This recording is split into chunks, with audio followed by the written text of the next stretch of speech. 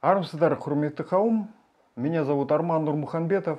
Это программа «Неономад» о древних духовных ценностях кочевников Великой Степи, той самой основе, на которой наши предки построили свой успех и который мы будем использовать в будущем. Тема программы «Тенгрианство и ислам». Возможно ли найти общий язык?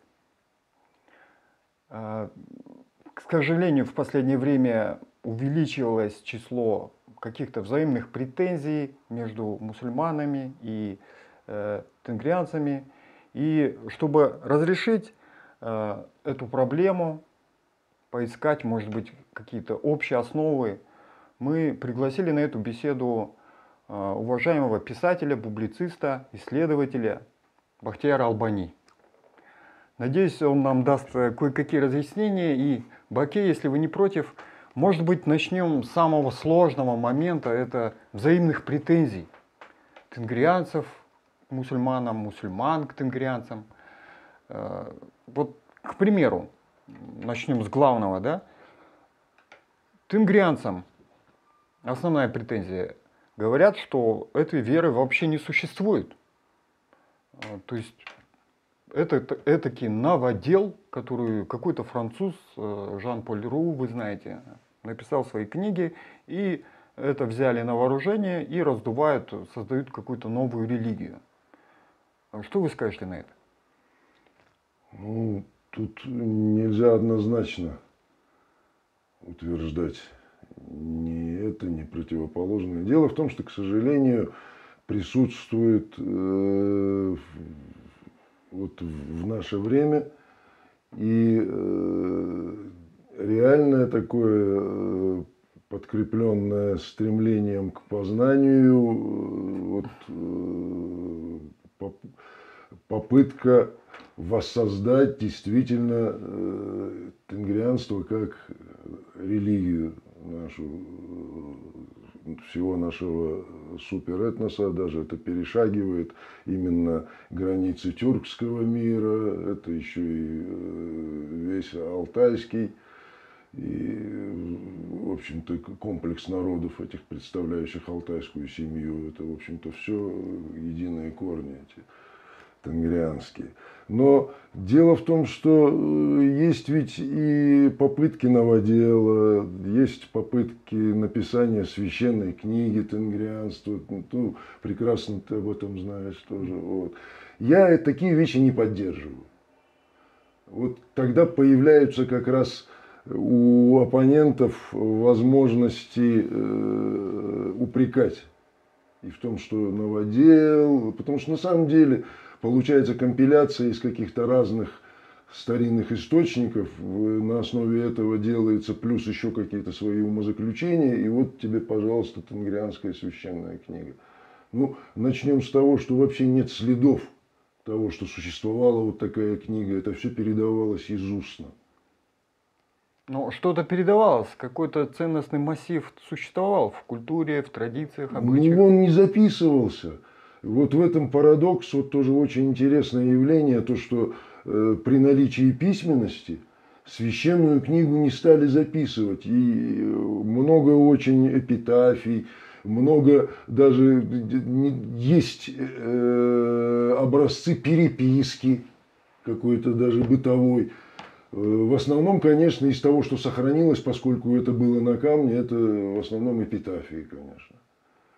Вот. Но нигде, и там есть в этих эпитафиях обращение к Тенгри, но нигде даже не упоминается о какой-то священной книге даже. Потому что это, дело в том, что все и древние религии начинали именно же из устного изложения своих догматов. Это и зороастризма касается, это и в буддизме тоже не все сразу, это точно так же в индуизме. Сначала это тоже огромные пласты передавались из уст в уста, потом это только было записано все. Это исторические факты. И в данном случае мы не имеем такой зафиксированной литературной базы, но это все сохранилось в традициях и в обычаях. В эпосе. в эпосе, безусловно. Правда, конечно, эпос, он, будучи живым организмом, он постоянно получает напластование в каждом новом историческом периоде. И поэтому там нужно уметь и вычленять там именно какие-то более поздние напластования и находить именно самый какой-то древний, базовый какой-то элемент, какой-то корень. Вот это тоже, ну это возможно все, в принципе там,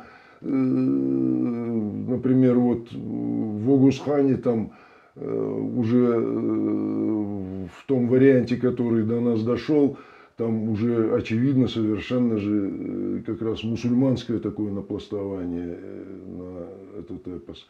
Вот. А хотя его истоки, происхождение гораздо древнее, еще он возник значительно ранее возникновения ислама как такового.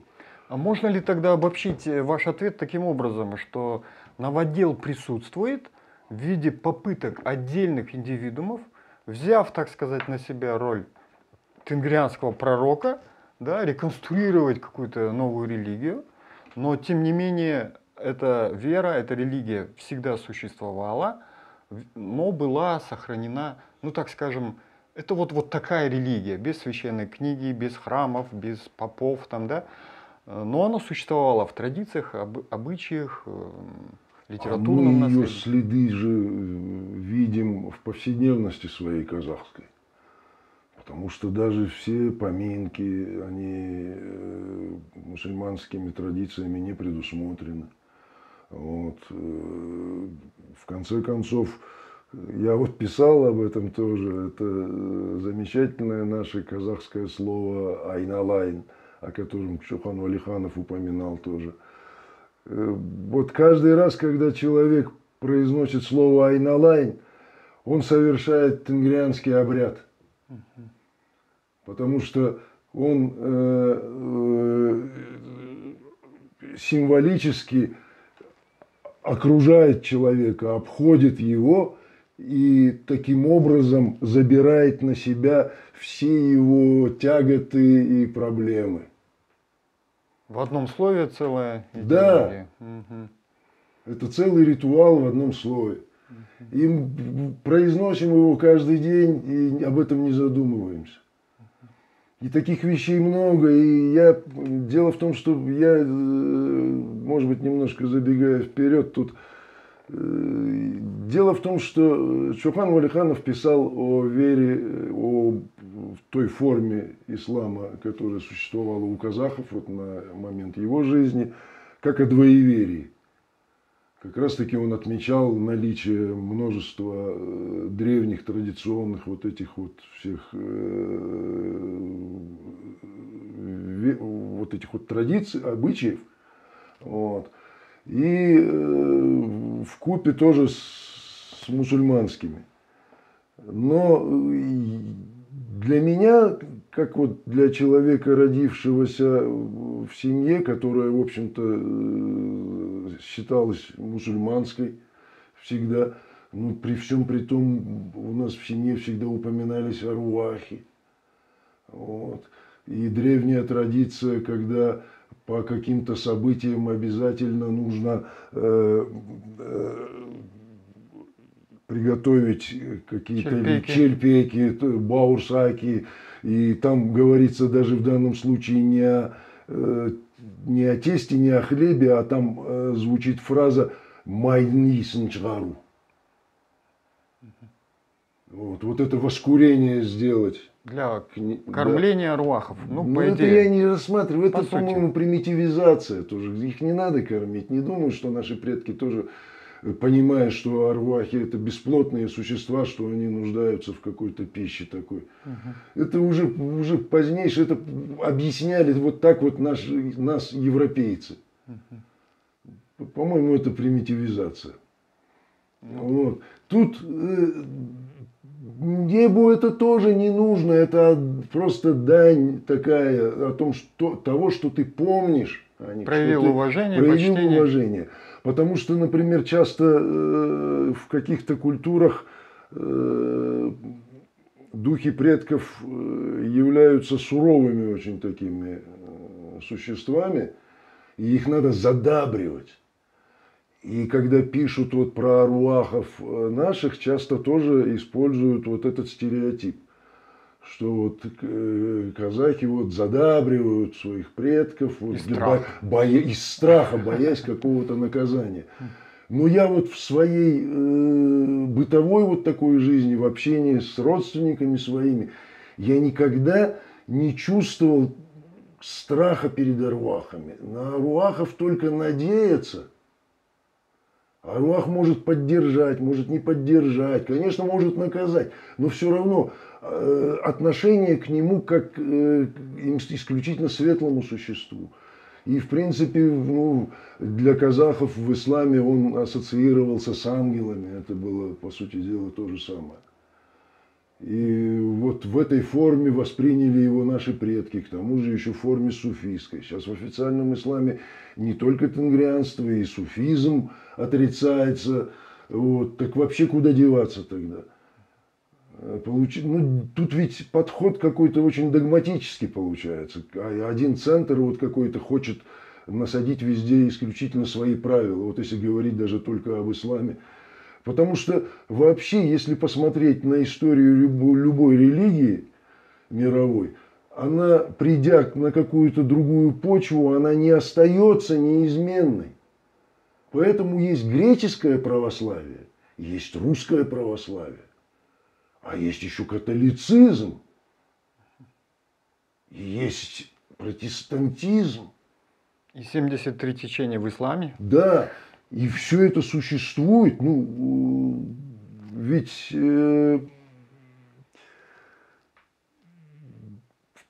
суть даже тут, ну, когда течения эти часто появляются, там еще глубинная, там часто политика замешивается уже когда религия смешивается с политикой, это уже вообще становится опасно. Вот, кстати, о политике. Вторая претензия к тенгрианцам, что вас специально создали, вначале была версия китайцы финансируют, потом теперь сейчас возникло, что, оказывается, это работа ФСБ, то есть рука Кремля здесь присутствует. Что бы вы ответили вот на эту претензию? Ну, я думаю, что это не обосновано, конечно, совершенно. Ну, фактов не показывают. Ну, это же несерьезно, надо же доказывать какими-то конкретными. Вот поймали какого-то китайского монаха-тенгрианца или какого-то русского монаха. Он как была одно время реклама вот в 90-е годы, там тибетский монах Егор Чернов, что ли, что-то такое там, в общем, предоставлял услуги тоже какие-то. Вот. Поэтому, ну, шпиона предъявите, подрывную литературу предъявите, которая, кроме того же, она еще должна в своей задаче ставить именно раскол там в этой литературе, это должно как-то отражаться тогда. Ну, несерьезный разговор. Просто безосновательный. Безосновательный совершенно. Потом, если уж на то пошло, сейчас не очень много вообще исследуется тенгрианство. Вот, поэтому, например, как раз тем приверженцам тенгрианства, которые пытаются писать какие-то свои собственные священные писания тенгрианские, лучше заниматься исследованиями тогда. Не просто так лопатить материал для того, чтобы найти удобные для себя фрагменты, а заниматься исследовательской работой. Вот в этом мы нуждаемся, конечно. Потому что я сейчас вот не призываю там всех тенгрианцами тоже стать, но это наша история, в конце концов. Вот в первую очередь из этого надо исходить, потому что мы, исследуя тенгрианство, мы исследуем свою историю, суть своего народа тоже. Потому что, опять-таки, возвращаясь вот ко всяким обвинениям, там часто можно услышать такую формулировку, что вот предки наши до того, как приняли ислам, все были, в общем, конченными грешниками совершенно. И вот только с приходом ислама они приняли человеческий облик. Соответственно, претензия в основном идет такая: это мракобесие, Да, да, это да. темнота, это все Это старина, невежество. это не да, нужно. да, Вот да, да. как бы вы на это ответили? Это мракобесие? Нет, Поклоняться арвахам? Там, и так во-первых, далее? тут все равно, дело в том, что ведь тенгрианство это ведь в конце концов единобожие тоже. Часто, хотя в литературе можно встретить совершенно противоположную такую концепцию, что это является именно религией многобожников. В пример приводится там богиня Умай, Ульгень, богиня Эрлик. Джерсу.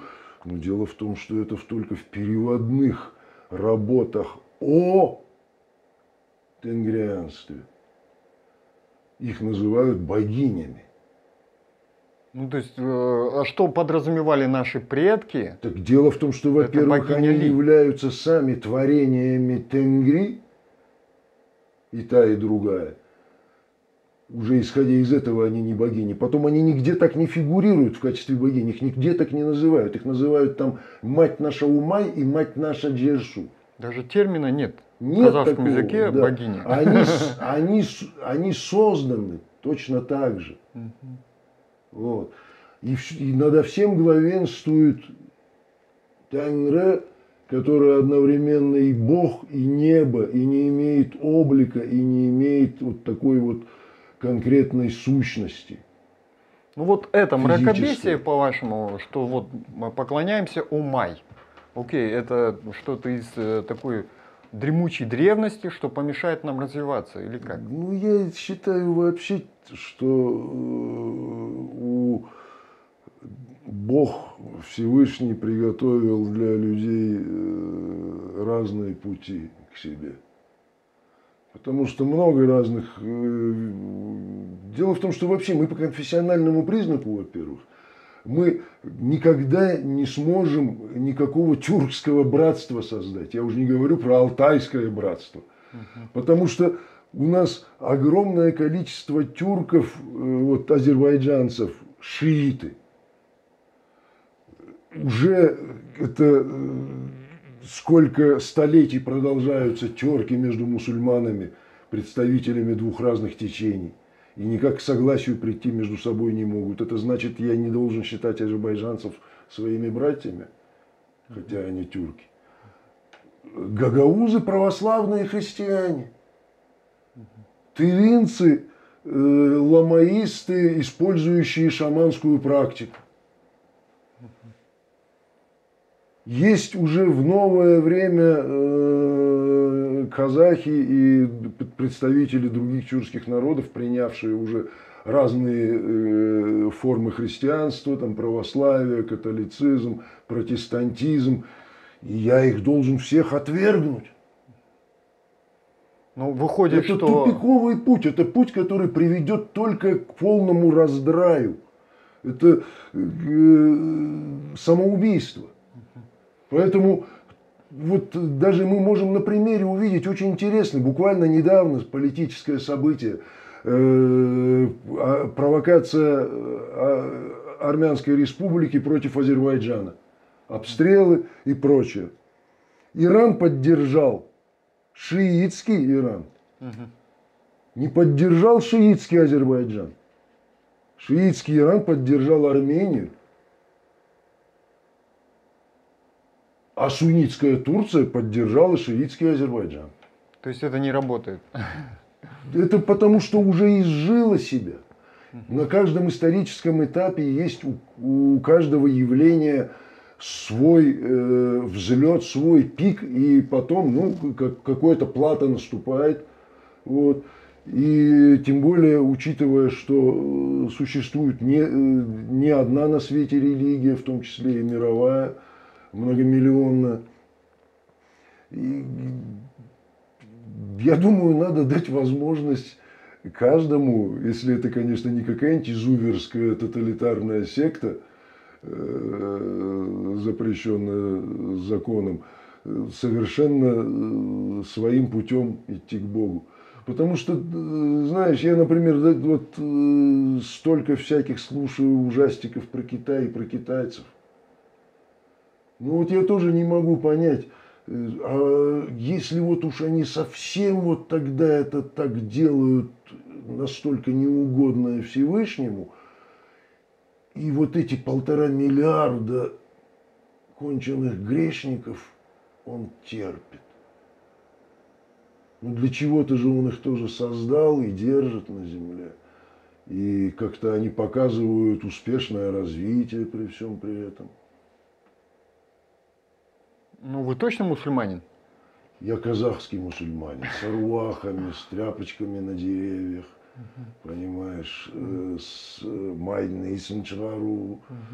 Я вот так привык, меня так воспитали, я вырос в этом. Вот. Поэтому для меня ислам такой. И я поэтому, я, в общем-то, когда одевают хиджаб, собственно, принципиально не против. Потому что я не знаю, если мини-юбка позволительна, почему платье до щиколоток нельзя носить. Вот. Но тут надо же учитывать, я имею в виду уже именно лицо, покров этот, национальные традиции. Мне, конечно, было бы гораздо вот для взора приятнее наблюдать, если бы наши верующие девушки, женщины носили это в нашей национальной форме. Вот. Наши девочки вообще только голову, макушку закрывали специально, такья нарядная, там, какой-то ахпан, такья какая-нибудь расшитая бисером, нарядная. И перенос традиций, ну это же вот то, что и говорится, вот опять-таки, когда обвиняют в арабкульстве, это перенесение на другую почву чужих традиций. Ну, форма платья, если там, например, все закрыто, то какая тебе разница, там какой-то будет фасон. Вот. И когда вот именно то, что принято там, включая и обряды погребения, переносить на нашу почву, тоже неправильно. И ломает традиции. Я слышал не раз, что прямо на местах, вот во время похорон, когда кто-то скончается, начинаются дрязги между родственниками.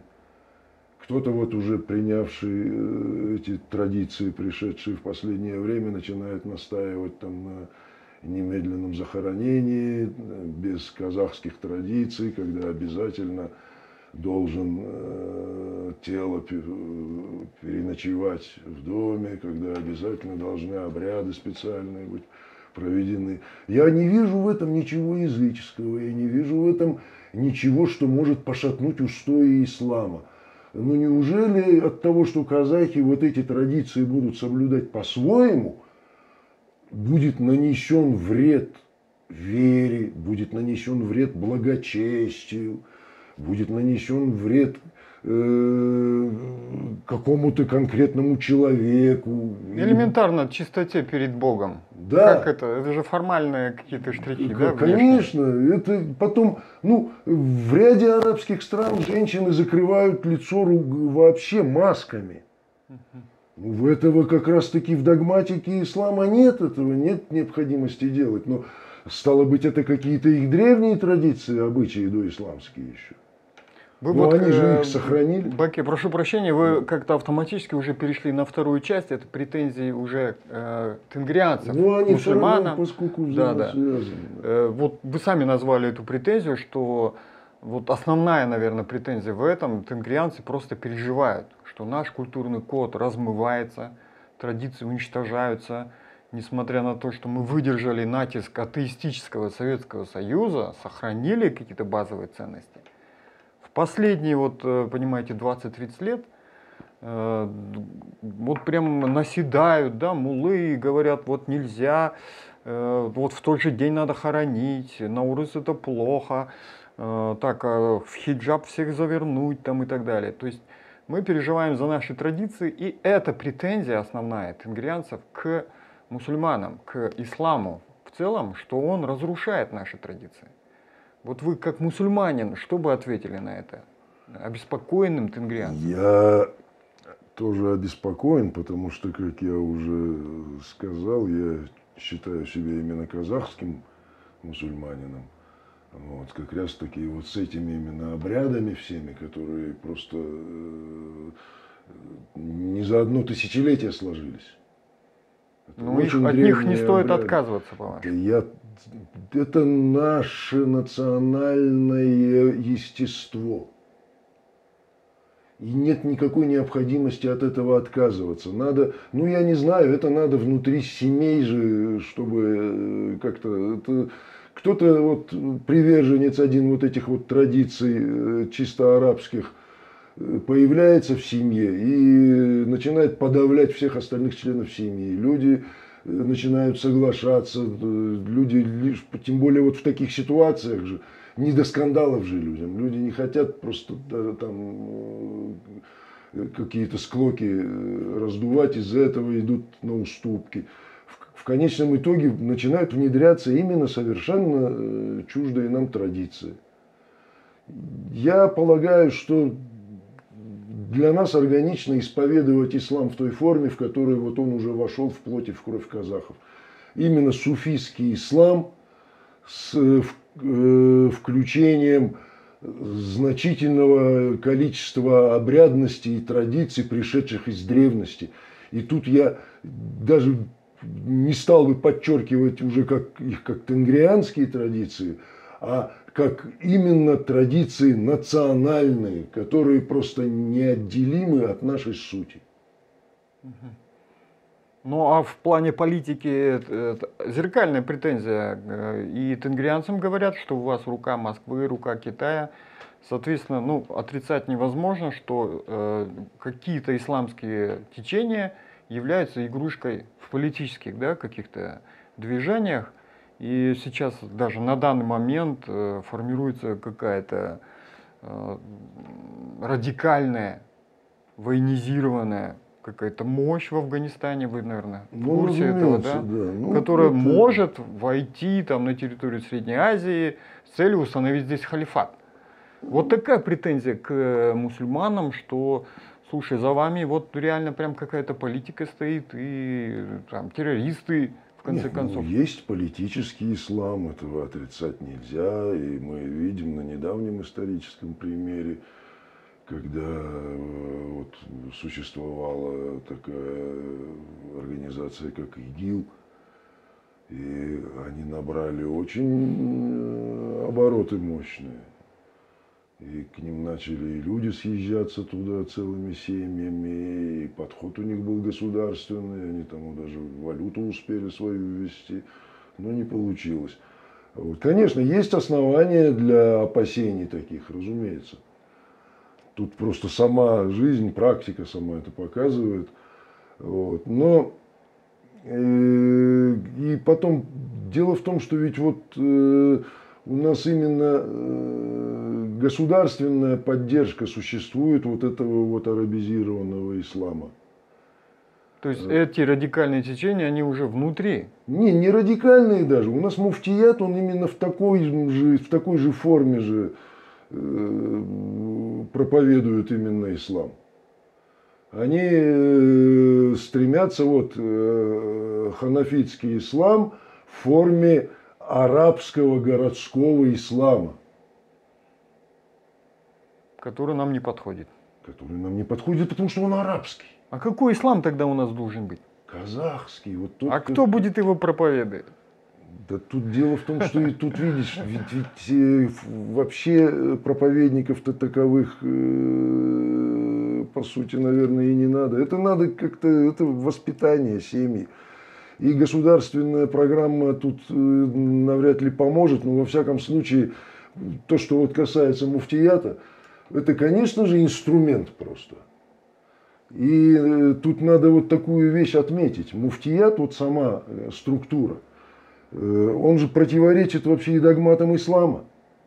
Потому что в исламе нет иерархии и не должно быть иерархии. А муфтият это вот тебе такая кучка чиновников в чалмах и чапанах, которые на этом зарабатывают, получают зарплату. Вот, кстати, одна из претензий. Так эта претензия абсолютно обоснована, но она больше даже уже не к самим должна адресоваться мусульманам, а к государственному аппарату, к президенту в частности. Потому что никакого управления делами мусульман быть не может. По догматике мусульманской, во-первых. И кроме того, надо понимать, что вот эта структуризация ислама была произведена чиновниками Российской империи после колонизации вот этой всей территории. Сначала вот севера и запада, а потом уже востока, а потом уже вот юг, юго-восток, юго-запад. Вот. После этого только были созданы вот эти управления мусульман, которые благополучно выжили и в советское время, и существуют и по сей день. Еще одна претензия от тенгрианцев к мусульманам, что это не наш путь, это не путь будущего. Берут в пример, ставят мусульманские страны, которые в большинстве своем отсталые, вот объективно если говорить. Есть несколько развитых, но они за счет нефти или удобного расположения и так далее. Якобы вот вы куда нас через свой ислам ведете, куда-то вот в прошлое, да? Опять-таки зеркальность претензий мракобесии, в том же обвиняют и тенгрианцы. Что бы вы сказали? Это тоже несправедливое совершенно обвинение. Потому что объяснять там наличием нефти или только там хорошим расположением, это совершенно неудовлетворительно. Потому что можно иметь нефть и жить как бомжи. Вот. И можно подсесть на нефтяную иглу, как мы. А можно вот как Норвегия, например, развиваться с нефтью. Или как те же, например, Арабские Эмираты, которые при всем при этом еще и науку развивают, и сельское хозяйство пытаются у себя в песках создать, и очень успешно идут вперед. Надо учитывать, что по разным историческим причинам в свое время весь исламский мир был колонизован. И долгое время практически был лишен самостоятельности. Это тоже отсутствие самостоятельности, отсутствие возможности национальной инициативы какой-то. Это далеко вообще не продвигает никого, это откидывает народ назад. Но, тем не менее, есть примеры. Вот, Малайзия, пожалуйста, мусульманская страна, динамично развивающаяся. Вот. В Индонезии сейчас дела не так уж плохи тоже. Тут однозначно так говорить нельзя, это несправедливо. И ислам, если не говорить о какой-то... Было, конечно, всегда и свое какое-то в отдельных... Где-то и священство мракобесное, и в Османской империи. В период упадка, к сожалению, к этому тоже пришли. Но в целом ислам это религия, которая поддерживает науки, поддерживает образование, а стало быть, поддерживает развитие. Тут это несправедливо. И мне кажется, стоит и тем, и другим примириться друг с другом и дать возможность развиваться и жить в одной стране, молясь по единому Богу, и мусульмане со своими обращениями, тенгрианцы со своими, или вот именно казахские мусульмане, которые считают для себя и какие-то исламские традиции, и древние свои национальные неотъемлемые. Ну, если все претензии, в принципе, можно легко, так сказать, развенчать или объяснить и так далее, да, найти, так сказать, общий язык, то откуда вот этот срач, откуда вот эта волна агрессии друг к другу? Почему люди ругаются из этого? Знаешь, большей частью даже такое у меня ощущение, что нет, не из-за политики, а из-за невежества. Невежество было. Конечно. Тут у нас ведь еще тоже, ну, был атеистический Советский Союз. Ну, официально вообще все люди были атеистами. Вот.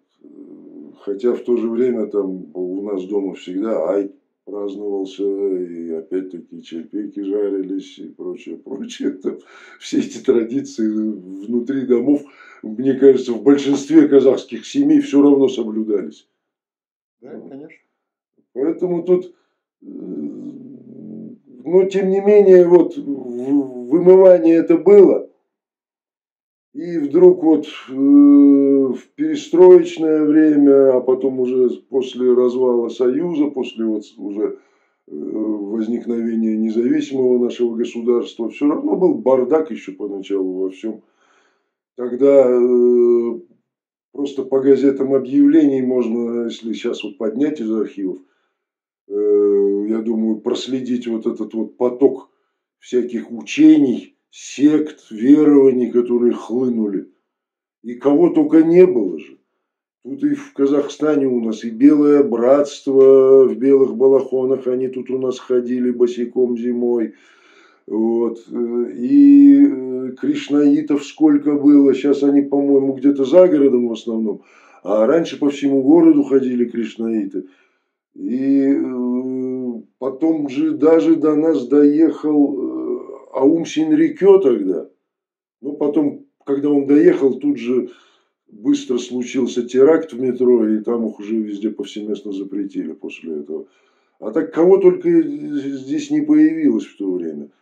И включая и какие-то и мусульманские какие-то ответвления, в том числе и какие-то, я думаю, достаточно сомнительные тоже. Дианетика также. Дианетика, ну это же секта. Дианетика это же саентология. Просто, собственно, под названием дианетики у них идет замануха. Это первый этап, где они только тебя вводят. Это такое введение в саентологию. А потом уже человеку со слабой головой крышу сносят, и все, и поехало. Ну, в любой секте так. То есть вы считаете, что вот эта волна агрессии, взаимной нетерпимости, это просто временное, естественное явление, через этот период надо просто пройти? Я очень надеюсь, что это так. Ну, потому что как раз именно вот во всех этих обвинениях часто именно видишь невежество. Это вот как в советское время шутили по поводу Пастернака, как говорили, не читал, но осуждаю. Да. Как мне тоже иногда говорят, вот такое мое мнение. Я говорю, у каждого, вот кого не возьми, у каждого есть мнение, но они почему-то не спешат обладать знаниями. Ну, должны чем-то подкрепляться, конечно, любое мнение. Мнение просто так из головы, вот это же несерьезно. Говоря о традициях вообще, именно наших исконных, древних, то вот в свете сегодняшнего именно разговора необходимо упомянуть, что как раз-таки в этих традициях была свобода вероисповедания. Я в данном случае сознательно вот не применяю термин веротерпимость и толерантность, потому что это все равно означает какое-то терпение, терпимость, что, может быть, ты еле-еле, ну, терпишь, блин. Вот. Я поэтому предпочитаю термин свобода вероисповедания. Вот. И по древним источникам еще в империи Хунну это практиковалось и не было никакого принуждения к вере. И в тюркском каганате, наряду с тем, что основной религией было тенгрианство, но были и христиане несториане, и были и манихейцы. Вот. И это никак не преследовалось. И не было никакой государственной религии по принуждению. Этот же принцип потом соблюдался и в империи Чингисхана. И там и при дворе среди знати могли быть люди разных конфессий. В одной семье? Да, вот, ну Бывало. вот среди тех же чингизидов там были разные. Там, в частности, вот одни из последних потомков Бату, которые были убиты, ну, там они друг друга нещадно резали, звали Иван и Михаил. И до, по сути дела, Узбек-хана, до провозглашения ислама государственной религией, никакого принуждения в вере не было. И это продолжалось больше 2000 лет, вот такая традиция. И то, что сейчас происходит, вот такая абсолютно отрицательная реакция на любую религию или на любую другую попытку какое-то прочтения по-своему каких-то догматов, наталкивается просто на агрессию страшную. А надо заглянуть в свою историю, что действительно нам более присуще. Вот это свобода вероисповедания или воинствующий какой-то клерикализм. Потому что он может быть любым, любая религия, когда становится орудием политики, она начинает уже совсем другие вещи тоже с собой нести. Вот такая мирная религия, как индуизм, в свое время вот был такой царь Канишка, уже при... Кушан. Да. И кушанский царь Канишка. И вот этот царь Канишка, он сам возродил иудаизм у себя в государстве. Ой, индуизм, прошу прощения. И до этого там большинство населения исповедовало буддизм. И вот тогда индуисты резали буддистов, такие вегетарианцы мирные. И там до сих пор в музеях есть огромное количество фигур Будды с отколотой головой. То есть это какие-то временные порывы агрессии, да, получается? Потом людям возвращается здравый смысл, и они позволяют себе свободу. Ну, если возвращается, ну, можно же так прийти к самоуничтожению. И вот... Хорошо, ну, тогда, если мы говорим, что все различия, в принципе, объяснимы, в принципе, если исходить из базового такого положения, которое нам предки завещали даже, да, свобода вероисповедания, отличная формулировка, ну, тогда же нужно, наверное, искать что-то общее для того, чтобы утвердился этот здравый смысл. И ну, давайте просвещать тогда, что общее. На чем должны сконцентрироваться, сделать акцент и тенгристы, и исламисты, да, чтобы прийти к этому, к общему языку, к общему пониманию? Что главное? Главное, на мой взгляд, это именно национальное, потому что вот именно национальное объединяет уже всех, независимо от того, кто и какую здесь религию исповедует.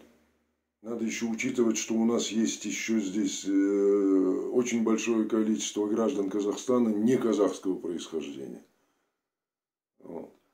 И тут мы должны какие-то совершенно не материальные предлагать программы, там, не построение там, какой-то новой электростанции, там, не выполнение какой-то экономической программы, не вхождение там, в десятку или там, в двадцатку каких-то там государств. Ну, вообще никакая экономическая и политическая программа не может быть национальной идеей, потому что это все достижимо в перспективе. Ну вот вы назвали это национальной идеей, и потом вырастили там огромное количество по этой программе там, крупного рогатого скота. И все, и кончилась национальная идея. В мясе же не может быть национальная идея. И в железных чушках тоже не может быть национальная идея. В чем она, по-вашему? Я убежден, что просто вот мы до сих пор об этом не задумывались даже. У нас есть национальная идея, казахская национальная идея, которая сформулирована уже очень давно. Это джеты казна.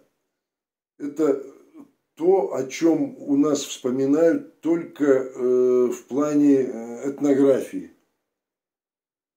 А что такое дед Казна? Там на первом месте стоит Сулуаель. Это подразумевает не просто красивую женщину, это подразумевает идеальную женщину. Женщину-мать, жену, хозяйку очага. Следующим идет Ерджигит. Это муж, воин, это человек, который берет ответственность за все, за свою семью, за все окружающее. Туда же входит Арнамыс, да? Нет, Арнамыс в дед Казна не входит. В понятие жигыт, Ерджигит. Ну, в Ерджигит, да, в Ерджигит, да. Там, конечно, там все в это включается. Это же идеальный джигит, Ерджигит. Поэтому включаются все лучшие духовные качества, к которым нужно стремиться. Это, конечно, Арнамыс. И после идет уже Джуиргат. И тут не имеется в виду, опять-таки, там конь мясной породы какой-то, там на согом. Это конь, который является другом вот этого идеального мужчины. Тот конь, который во всех казахских сказаниях эпических является спутником и равноправным участником событий. Ну, речь же не о том, что каждый казах должен завести коня. Дело не в этом, дело о духовности. Ну, какая духовность за конем положена? Нет, это же символ. Конь – это свобода. Конь – это ветер. Конь – это просторы. Конь – это вот вся твоя земля. То есть за каждым понятием лежит какая-то... Целый духовная... комплекс символов, конечно. Мы просто даже не задумались, не углублялись в них, просто перечисляем. Разумеется.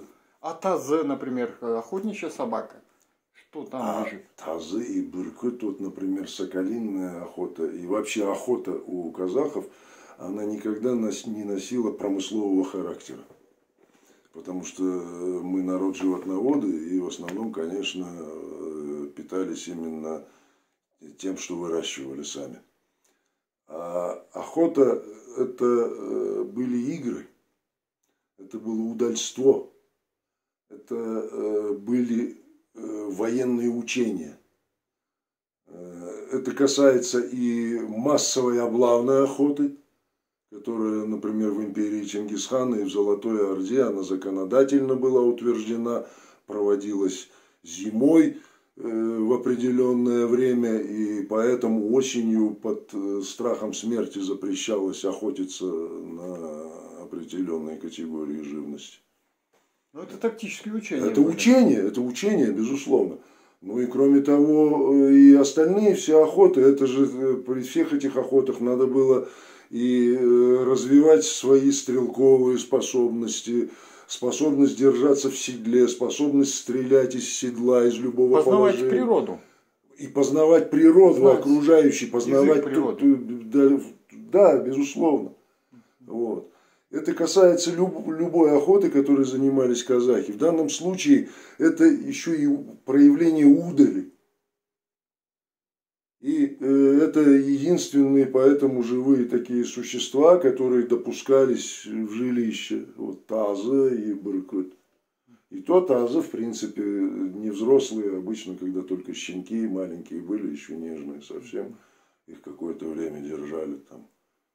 То есть вы говорите о том, что вера – это твое личное дело, но в приоритете номер один должны быть национальные духовные ценности, их надо изучать, то есть невежество наш враг. Конечно. Их надо изучать, постигать и воплощать в жизни, правильно? Да, конечно.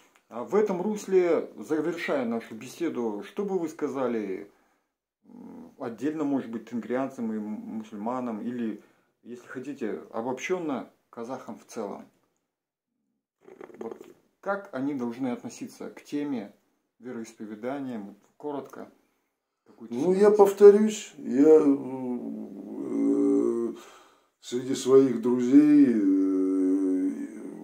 мог бы назвать и намазханов, убежденных мусульман. У меня есть близкий друг, христианин, протестант, но он не казах. Я просто говорю о конфессиональной принадлежности. Вот. И я вообще-то именно за свободу вероисповедания. И призвал бы своих братьев именно к такому отношению ко всем остальным своим братьям. Потому что мы, казахтар, мы братья по крови, мы переплетены через все наши щежерепис, через все наши кудалыки, через брачные различные узы. Когда мы начинаем каждый копаться в своих родственных связях, то находим обязательно среди каждого своего знакомого обязательно какую-то цепочку, которая объединяет. Вот. И быть свободными в вере, не допускать в этом никакого насилия, категорически против этого. И потом, в конце концов, вот в Джейт Казна 7-я драгоценность – это акл билим, просвещенный разум. Поэтому надо стремиться к тому, чтобы иметь просвещенный разум. И тогда искореним невежество, что является вот основной базовой причиной вот такого неприятия категорического друг друга. Ну, большое спасибо. Надеюсь, что после этой беседы градус напряженности, может быть, начнет понижаться наконец-то. Люди начнут изучать реально свою историю, традиции. И самое главное, духовные ценности, на которых, базируясь на которых наши предки достигли успеха. И надеюсь, что и мы, изучая и продвигая их, также достигнем успеха. Всем удачи, до свидания.